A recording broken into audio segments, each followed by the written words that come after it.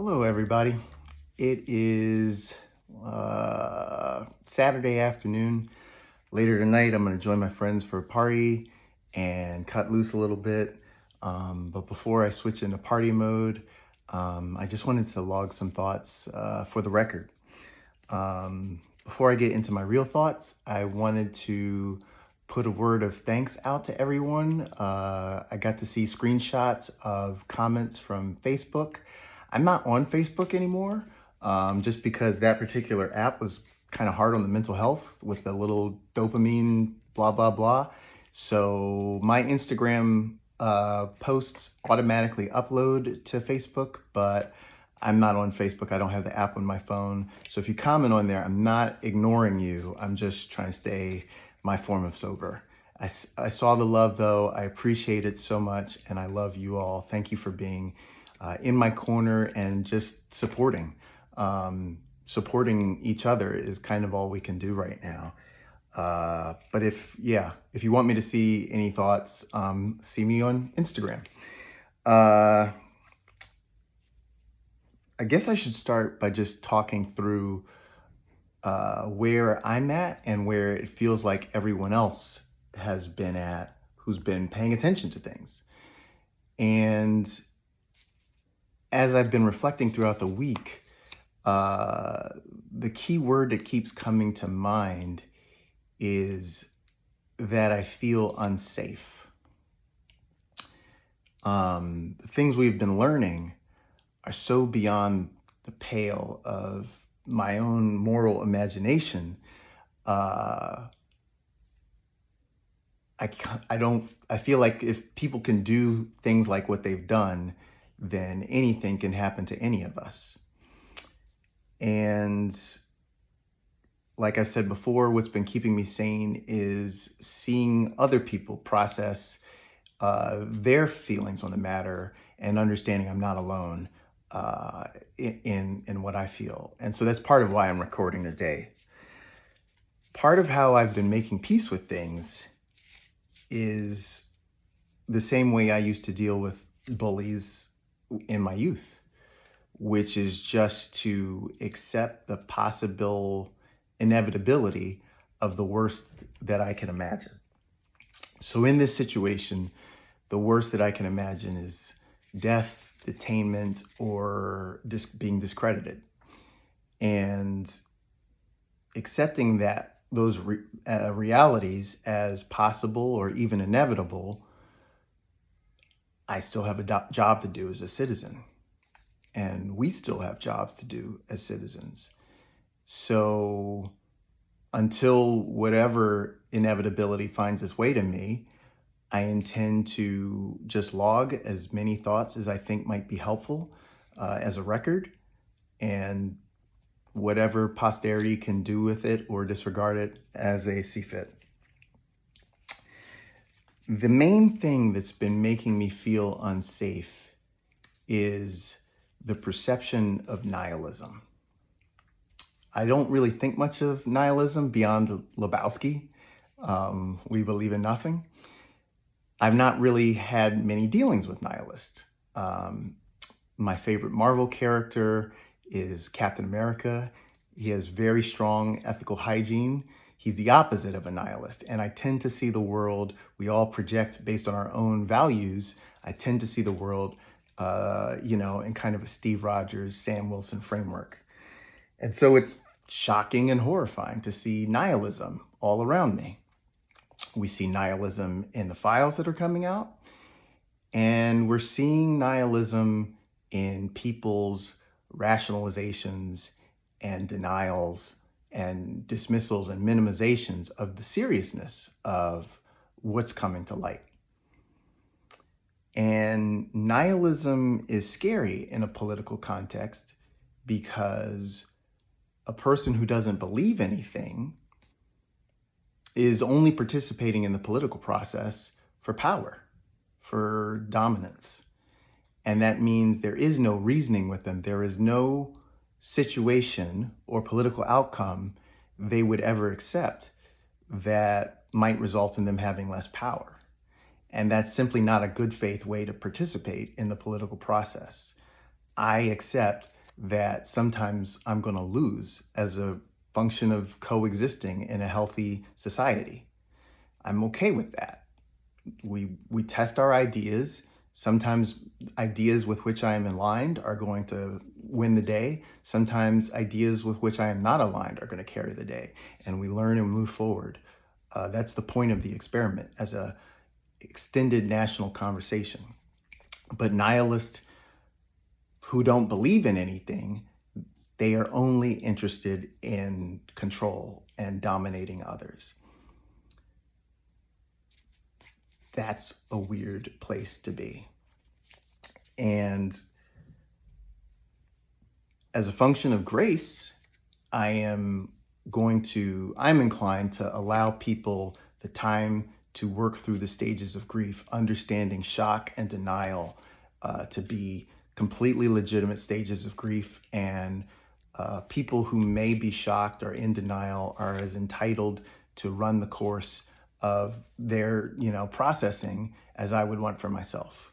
But that's not indefinite. And at some point, this stuff has to come to head in a proper reckoning. And I would like that reckoning to be in a ordered manner. So here's me just thinking through things over the week and talking through and sharing my thoughts and hopefully encouraging thoughts of your own. The main thing that's been informing how I've been thinking about things is my work. For my work, a lot of what I work in architecture, a lot of what I have to do is figure out things I've never seen before. And to figure out something you've never seen before, you have to think in ways you haven't seen before. You have to look up things. And if an answer existed, I could just use that answer. But for inventing, you have to be imaginative and you have to be willing to draw ugly and think weird and just propose stuff with the understanding that rejection is just part of the process. So what follows is me just being as imaginative as I can and trying to help the process as constructively as I can. So I've been thinking a lot this week about the founders and things that I thought they got right and things that I thought they got wrong. The Declaration of Independence has been on my mind because the author Walter Isaacson just put out a book about the opening sentences of the Declaration of Independence. And I love the beginning of the Declaration of Independence, but one of my favorite parts is actually the closer of the Declaration of Independence. It's kind of a gangster sentence. I'm going to read it. I wrote it down. I love it so much. And for the support of this declaration, with a firm reliance on the protection of divine providence, we mutually pledge to each other our lives, our fortunes, and our sacred honor. And I really love that sentence because they put their names right underneath that sentence. They're talking to the King of England, who is protected by the grandest naval fleet on the planet Earth at the time. To do that as a bunch of farmers and aristocrats with no standing army is impressive amount of chutzpah. And understanding that the country was founded on that kind of chutzpah and that similar kind of, courage is how we got civil rights.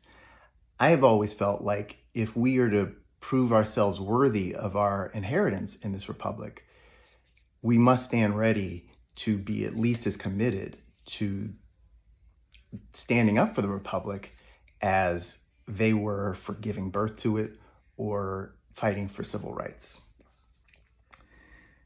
That's something I feel the founders got right. Another thing the founders tried and almost got right was the idea of checking power and subdividing it into a manageable framework. And they were very clever with the, tripartite government, 3 branches, executive, legislative, judicial, dividing power so that each branch was capable of checking the others. But there were forms of power that they either did not anticipate the significance of or were not interested in checking. And it feels like those forms of power are, rearing their ugly head and having their way with us. And we need to start thinking about how to check those forms of power. One form of power that is occurring to me that I would love for more of us to think about how to check is the divide and conquer vulnerability. The main one on my mind is political parties and the polarization that comes from them. In my heart, I'm kind of in a place where I feel like if you're identifying yourself as a member of a political party, you may or may not be feeding into an instrument of all of our control, because as long as they're splitting us up along those lines, rather than along the issues and what makes sense in a given situation, they can always divide us up into small enough bites to control us. There are times in my life where I feel like limited government is the most reasonable solution to a problem. There are times where I feel like robust government is, the more serious solution to a problem. Maybe we should not be making mental monoliths of ourselves and making ourselves easy prey for polarization tactics that manipulate all of us en masse. Maybe that applies to how we feel about race. Maybe that applies to how we feel about religions. Maybe that applies to how we feel about gender and sexual identity questions.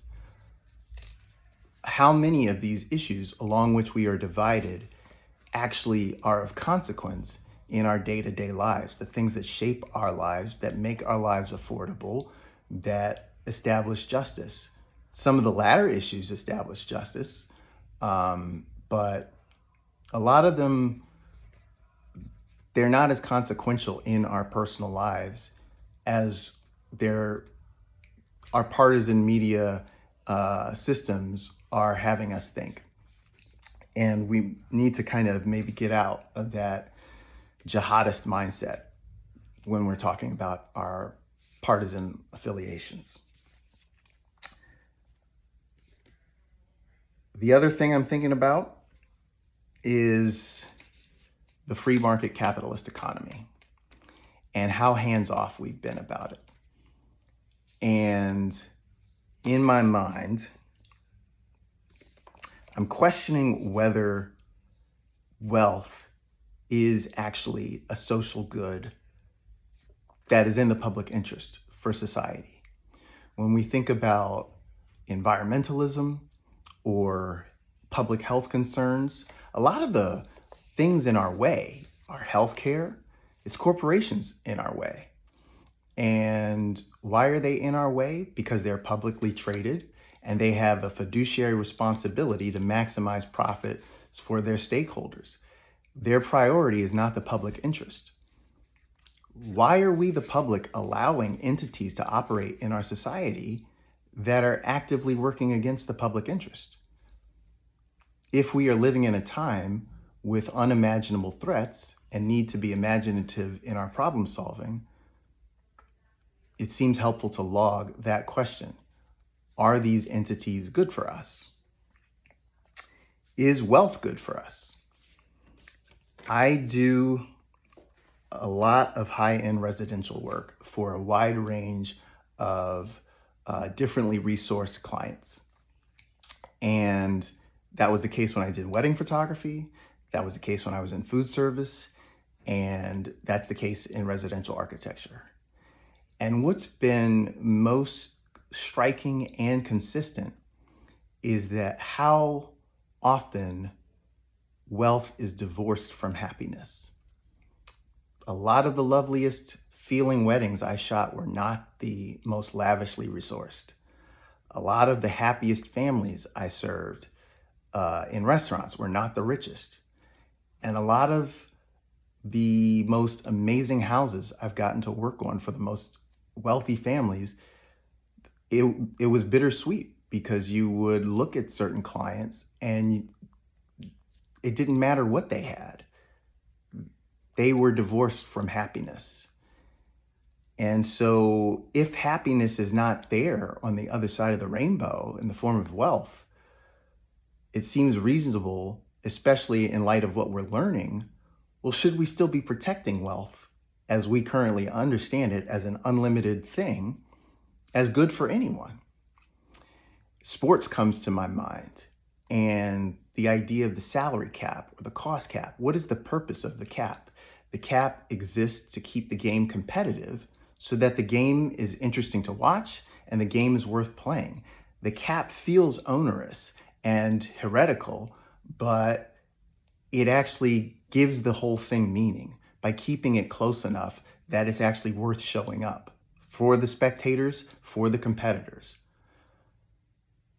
If I had my druthers, I would be very interested in exploring an aggressively progressive tax code that undermined and capped, unchecked wealth.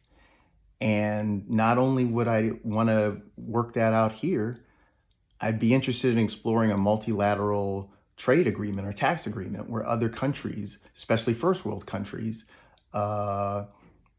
develop their tax code along similar lines so that there are no tax havens for this entire class of individuals who've been behaving in this way. They would not like it, and I may get unalived eventually for pressing for that, but they're empty inside and they're bored. And that's part of why they were doing these things. And their only source of fulfillment is power and competition amongst each other, trying to outdo each other. And in this case that we're learning about, that competition was in the form of depravity. I think maybe we've all been protecting that highest level of wealth as a possibility because we all would like to imagine ourselves as one day being one of those people. I think it's becoming clear now, not only are we never going to get to that side of the rainbow, but that pot is empty. How much more is it costing all of us? Those are my thoughts today. I can't imagine they are all sane, and that's fine. We got to draw ugly. But the best thing I can do, aside from just venting my anger and horror, is just try to help advance the ball by thinking and sharing and inviting you all to think and share on your own.